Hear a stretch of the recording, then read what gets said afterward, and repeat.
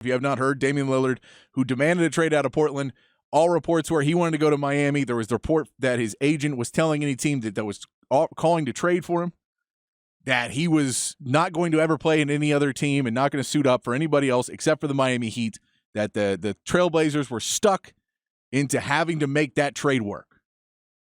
They did not do that. They traded him to the Milwaukee Bucks. Damian Lillard is a Milwaukee Buck. He has tweeted out since this that he is excited for the next chapter. So as of right now, it seems that he's ready to go and play in Milwaukee, join up with the Greek freak Giannis, and build that. We'll get to that. The trade is Bucks get Damian Lillard. The Blazers get Jrue Holiday, who they are now talking about moving. They don't necessarily want to end. We'll get to that too. DeAndre Ayton from the Suns, who the Suns have been trying to move now for a little while. Don't necessarily he's never quite meshed with that team. What they want to do, the new look of the team, the new ownership wasn't a fan of DeAndre Ayton. He moves over. He is now on the Blazers getting a fresh start. Toumani Camara, who the Suns drafted, we're very excited about as a rookie. He is now shifted over to Blazers, get another rookie there. A 2029 unprotected pick and a 28 and 2020 and a 2030 pick swap. Pick swaps are pretty good if the team is bad, but you're playing a guessing game that you're going to be a better team than them. If you're not, you basically get nothing for that pick swap. Just kind of goes away. You don't get a swap. You're not going to swap picks if they have the worst pick. But you're trading for a Milwaukee team that you believe Giannis will be gone in 5, 6, 7 years, or he won't be at the same level, and the team will be much worse. You will be picking it up because you got these young guys. So I get it. It's not a bad trade. Suns also get Yusuf Nurkic to replace DeAndre Ayton, a guy that is a much more team-friendly player. At least Damian Lillard always loved playing with him. Get them into a system, and he may fit a little bit better with this Suns team, what they want to do. Grayson Allen, Nasir Little, and Keon Johnson, the Suns are able to add a little depth to a team that is pretty thin after they basically traded everyone away to get Kevin Durant, to get Bradley Beal in there, to go along with Devin Booker. They're adding a little bit more depth everywhere else. Of course, we mentioned the Blazers did get Jrue Holiday in this trade. Some people are wondering why Chris Middleton was not involved in the trade instead of Jrue Holiday. A couple reasons. One, people want Jrue Holiday. He's a really good player. He's a little bit older. I believe he's 33 years old. He has a year left on his contract as natural and then a player option for 2024. So, depending on where you send him, he may opt out after this year and, you have to either give him a new contract or he'll be gone in free agency anyway. Chris Middleton just signed a new deal, but, for the money that he would be getting paid, I'm not sure a ton of teams really wanted to go out on that limb and go take a Chris Middleton and not, give up a bunch of pieces for Chris Middleton. I don't think he had the value that Jrue Holiday has of a guy who can really help your team. And also, technically, he can't be traded yet because he just signed the new deal. So I don't believe he can be traded yet either. But the Blazers do get, but Jrue Holiday, on the other hand, is one of those guys that has a lot of value. And I kind of thought the Blazers might want to keep him, but the Blazers said they're going to stick to this young lineup. The Blazers now feel pretty good. They have a young lineup. Scoot Henderson's going to be at guard. Anthony Simons will be at the 2 guard.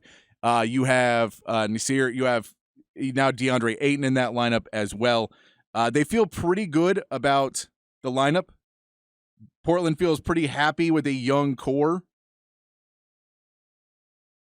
I think they're still a small forward short. They still have Shaedon Sharpe on this roster. Jeremy Grant is the power forward. Shaedon Sharpe is a guy they like who may be able to get in there. But I think that the Bucks that Blazers get a pretty decent deal. They're able to get some decent things now. You don't want to make that trade with Miami because if you make the trade with Miami, you basically you're getting too many picks that are too close to what you're trading. So you're still going to be that Miami will still be a decent team when you're getting their picks in some of this deal because that's all that Miami has to offer, and it doesn't do anything for you. It doesn't help you. You want those picks down the road. You're trading away a star player. You want to wait till they're bad and then get those picks. So that makes more sense where they're getting there. They also are able to not add on another player that they feel kind of mimics what Scoot Henderson wants to do. That they want to be kind of you may want to try and go get somebody else. And I think that's Jrue Holiday. They want to get a different guy. I love Jrue Holiday, but I get why they want to go to a different position. I think they'd like to get a small forward into this lineup, and I'll get into that in a second too, of where I think a Jrue Holiday might go. But let's go into just this trade first before we move on to that. The trade right now, Who's a winner and losers in this trade? I think everybody comes out pretty good in this trade. It's one of those trades that right now, on paper, seems pretty good. The Blazers didn't get screwed. You know, you're not going to get the best deal when a player demands a trade out, but you didn't get screwed in this deal. You know, depending on what you get for Jrue Holiday, you're not completely screwed out of it. You get a DeAndre Ayton to try and reclaim and figure out what he's going to be able to do. You take a little bit more pressure off of him right off the bat because he's not on a team that's competing for a title right away where everything is so scrutinized and he's the one guy who's unproven on a roster. So he's just getting so much flack. I think that's going to help out DeAndre Ayton's progress a little bit. I don't know if Chauncey Billups is going to be the guy to do it, but I think that you have a lot of guys going in the right direction if you're Portland. And depending on what you get for Jrue Holiday, which we'll get to in a second, then I think there's a lot that could be good going for Portland going forward. And this is a team that is now at least a play-in team, if not a playoff team. And in 2 years is definitely a playoff team, I think, as Scoot Henderson develops and gets more used to the speed of the game. The Bucks get Damian Lillard. All the talk this offseason, when people don't have anything to talk about in NBA circles, has been, is Giannis going to be in Milwaukee for long? They've asked Giannis, and he says, I love Milwaukee, but I want to win. New York is going after Giannis. Everybody wants Giannis. Miami wants Giannis in a few years.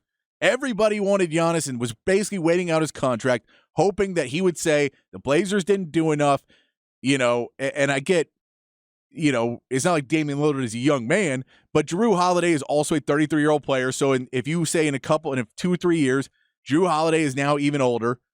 Chris Middleton is re-signed, but you know he may never reach that same potential that he had early on. Brook Lopez is going to continue to get older. All right, now, when you're having to rebuild, did you get that other ring?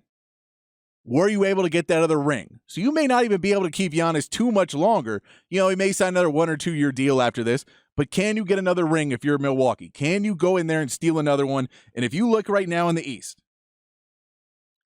for Milwaukee, for them to make this deal, they understand that if with a healthy Giannis, which they lost in the playoffs, he got hurt in the playoffs, that's one of the reasons why they got knocked out. Not the only reason. They had some full holes this year, but I don't think giving up Grayson Allen this year, you know, is going to hurt them too much. Jrue Holiday is a loss, but you put in Damian Lillard. I mean, so you got to figure out some defense. You're going to have to get some defense from some other people, but that offense is going to be much higher powered. You're not going to have those gaps. You're not going to be able to double off of Damian Lillard at all. So now if you're doubling off and you hit another guy, like who are you going to leave open in this offense? Chris Middleton? Damian Lillard? If you're doubling down onto Giannis, Brooks Lopez can hit a three-pointer. Pat Connaughton will probably be your third starter. He can hit a three-pointer. So if everybody can shoot threes and you have Giannis in there, who do you double off, which leaves Giannis in one-on-one matchups, which he can dominate. So I feel pretty good about this Milwaukee team. They feel like they're at least a front runner in the East. Boston, we know, had a little bit of troubles. They make the Kristaps Porzingis trade. Marcus Smart is out. Can they play any defense next year? Is Kristaps Porzingis going to be able to stop Giannis? Is anybody on that team going to be able to stop Giannis? Philadelphia, we know it still has a Harden situation ongoing that he says he's never playing on a Daryl Morey team again, but they can't get any trade value for him. Cleveland is on the up, but I don't know if they don't have that player yet. Darius Garland isn't that guy yet, or Evan Mobley isn't that guy yet. New York can get all the Villanova players they want. They're not at that level yet. Brooklyn's not that level. So who in the East? And look, Miami had the run last year, but they didn't, you know, they lost some players in free agency. I don't think Miami's that guy. So Milwaukee is now the front runner in the East.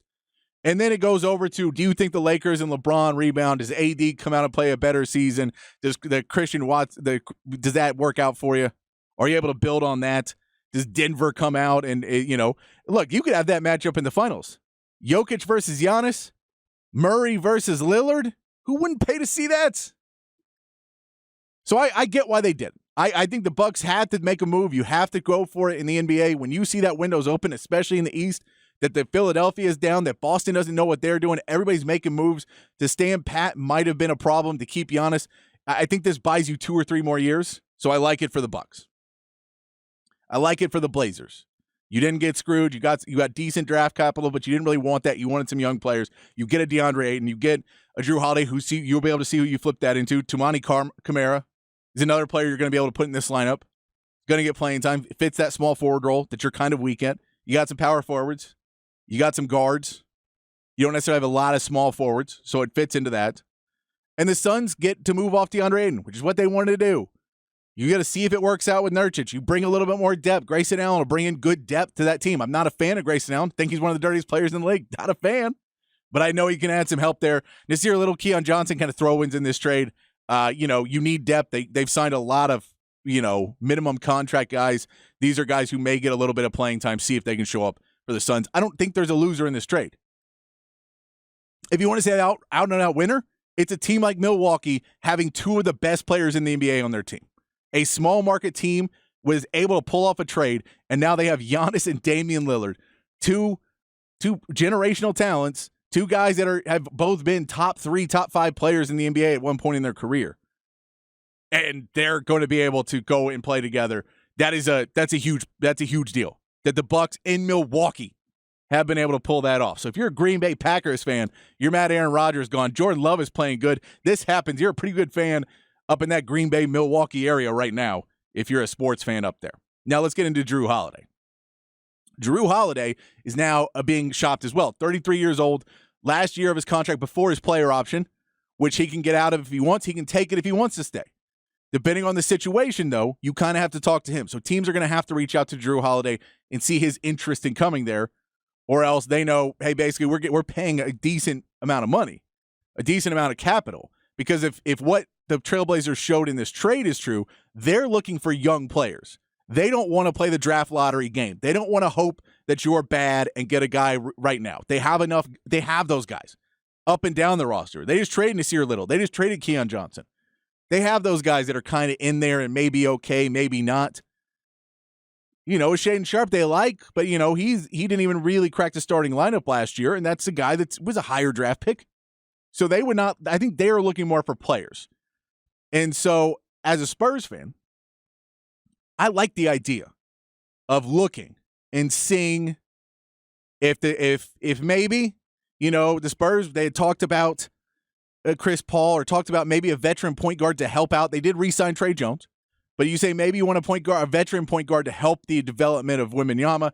I think Jrue Holiday is the perfect fit for that build. He has played with a genetically freakish talent in Giannis. He has won a championship. So Chris Paul is not done. He is a great defensive player. He's a great team player. I think he helps out you a lot. So if you have something that's not too much, you're not giving up one of your starters, you're not giving up Keldon or Vassell. I don't think they'd want Sohan. So that's not even that's a non-starter. I don't think they want him because they do have Jeremy Grant on that team.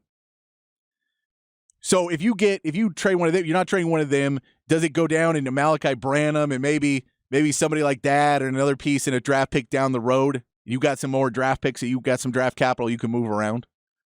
Do you go make that deal? Do the Spurs go after that? Do they look? I think I'd make the phone call. I don't know. And then I think a deal that we know Miami, that's one that is now they lost out on Dame, but apparently they're in the Jrue sweepstakes. They still want a point guard on that team. So now do you revisit Tyler Hero and say we can put Tyler Hero in that small forward position, add some scoring? Or do you say we lost, we need some defense? We got Scoot Henderson, but he's not going to be the best defender right away. He's okay. He's trying, but he's a little smaller. Anthony Simon's 6'3", maybe a little bit more size. Do we go call Toronto, who was calling about Damian Lillard, and see if they want Jrue Holiday? If they want a guy to go help out and play with Pascal Siakam, and we go and try and make a trade for OG Anunoby. Do we get OG Anunoby in this team in Portland? And put him in the small forward position and bring in a guy who's, an okay three-point shooter, really is a good defender. Great team would put him in. 27 years old, 26, 27 years old. Do you bring him into this Portland team?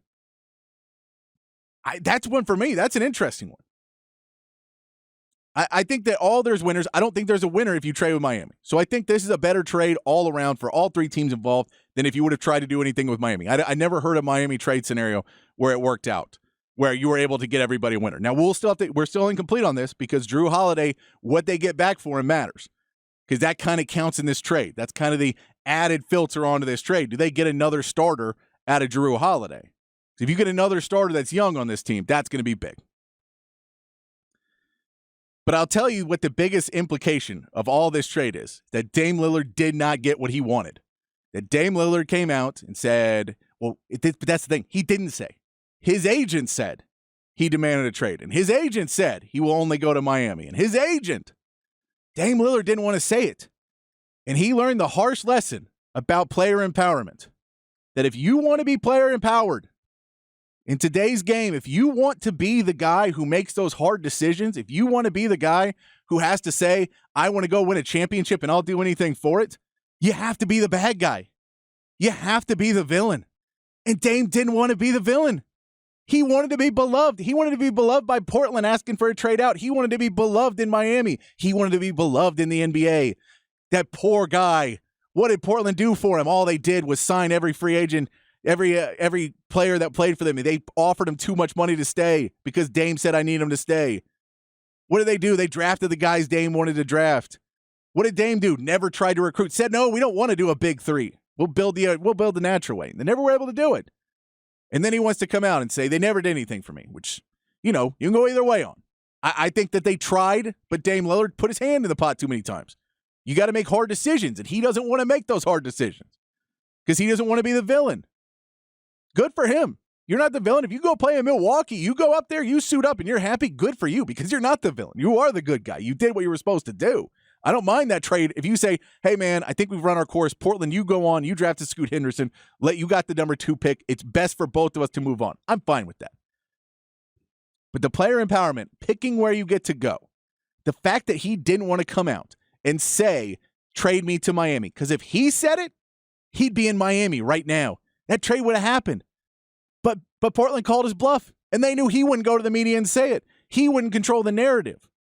And so what did the NBA do? They pushed his cards in, and they said, if agents are saying this, we're going to start fining you. No, you can't do this. And Dame never went in. Dame never went to be the bad guy. You have to be the bad guy if you want that. LeBron James, when he went to Miami, tried to not be the bad guy, right? He tried to do a charity event to make sure everybody knew that he wasn't the bad guy. And what ended up happening?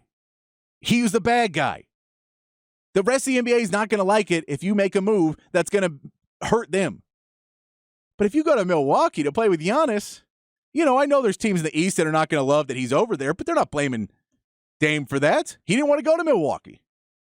People in Portland will love him for what he did there. They're going to get a good enough haul back. They'll be okay with it. Teams in the West say, we got rid of him. You built a good team over there, but he's out of the West. He's not a villain anymore because he didn't want to be. But he doesn't get to go where he wants to go. So if you want to be if you want to be the guy and choose where you want to go, and you want a player empowerment, and you get to pick and you get to choose, and you get a James Harden, then be James Harden. Be the villain. Be the guy that everybody talks trash about. Go be that guy. If you want to be James Harden, Dame didn't want to. That's why he's in Milwaukee. Good for him. You don't want to be the villain? Don't be. Go win a ring in Milwaukee. Bring them another ring. Go show what you can do. And it's great. But don't complain when you're there. Just warning. Don't complain and say, I always wanted to go to Miami. I knew this wouldn't work out. Don't do that. But yeah, I don't think you will. I think Dame's going to be happy, and 10 years from now, 20 years from now, he'll come out and say, I got screwed because I was too nice. I think that's what he'll say. But that's just me.